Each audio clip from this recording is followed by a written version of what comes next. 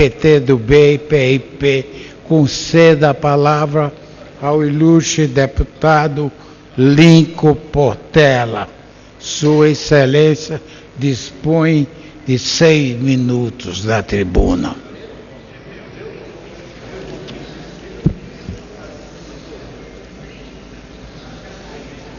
Senhor presidente, deputado Inocêncio Oliveira, senhoras e senhores parlamentares, é importante darmos a atenção devida ao adicional de fronteira previsto pela Lei 12.855 de 2013, oriundo do projeto de lei número 4.264 de 2012, do Poder Executivo, que institui a indenização devida ao ocupante de cargo efetivo nas carreiras de policial federal, policial rodoviário federal e Auditoria da Receita Federal do Brasil, dos planos especiais de cargos da Polícia Federal, da Polícia Rodoviária Federal e do Ministério da Fazenda, em exercício nas unidades situadas em localidades estratégicas vinculadas à prevenção, controle, fiscalização e repressão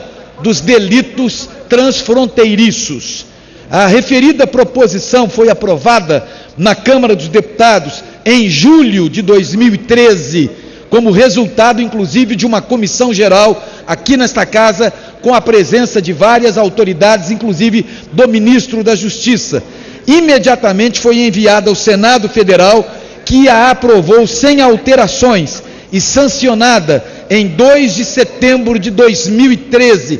Essas datas, senhoras e senhores, são muito importantes. Essa lei institui uma indenização a ser paga a servidores públicos federais em determinadas carreiras, quando em exercício em unidades situadas em localidades consideradas estratégicas para ações de prevenção, controle, fiscalização e repressão a delitos transfronteiriços. As localidades consideradas estratégicas para fins de pagamento da indenização serão definidas em ato do Poder Executivo por município, considerada a dificuldade de fixação de efetivo. Com respeito ao pagamento da indenização, na época, foi fixado seu valor em R$ 91,00 por cada jornada de trabalho, de 8 horas na localidade. É válido lembrar que a administração pública federal sempre enfrentou dificuldades para fixar seus servidores em zonas de fronteira ou em localidades onde as condições de vida se mostrem excepcionalmente adversas. O deputado Luciano Castro, do Partido da República, foi relator da matéria na Comissão de Trabalho, Administração e de Serviço Público, apresentando importantes modificações. A primeira alteração foi a extensão da parcela retributiva de que trata esta lei aos fiscais federais agropecuários e aqueles que são auditores fiscais do trabalho. A segunda incide sobre a fixação das localidades estratégicas mediante ato do Poder Executivo, de modo a não engessar a dinâmica de combate aos delitos de fronteira. Há que se considerar, contudo, 2 critérios para a definição de localidades estratégicas que virão a ensejar o pagamento de indenizações aos servidores. São eles: a localização dos municípios em região de fronteira e a dificuldade de fixação do efetivo. O deputado Luciano Castro fez também constar na lei a garantia de isenção da cobrança de imposto de renda de pessoa física sobre os valores percebidos a título desta indenização, reconhecendo justamente a sua natureza indenizatória. Agora, senhoras e senhores parlamentares, contudo, apesar de todo esse trabalho, senhor deputado presidente Inocêncio Oliveira, existem pendências para que a lei possa ser de fato aplicada. Ela depende de um decreto presidencial que estabeleça quais unidades serão consideradas estratégicas para a prevenção, controle, fiscalização e repressão a delitos de fronteira, regulamentação prevista no 2º artigo do parágrafo 1º, de acordo com a assessoria de imprensa da Casa Civil, da Presidência da República, isso é muito preocupante, as regras ainda estão em discussão entre os ministérios envolvidos, como o de Justiça e o Orçamento e Planejamento, e há prazo para a regulamentação, senão o adicional de fronteiras vai cair. Ainda assim, existe um agravante, como o artigo 5º da lei, determinando que os efeitos financeiros ocorreriam a partir de 1º de janeiro de 2013, foi vetado. Enquanto a Presidência da República não assinar o referido decreto, a lei não surtirá qualquer efeito, tornando nulos, inócuos, todos os efeitos desta casa em prol da valorização dos servidores que bravamente se empenham no combate de toda sorte de crimes de fronteira, sobretudo o tráfico de drogas, armamento e o contrabando de mercadorias em geral, além do tráfico humano e às vezes até tráfico. Vossa Excelência tem mais 3 minutos aqui. Obrigado, senhor presidente. Bota mais 3 minutos aqui dele. Link Portela. Obrigado, senhor presidente.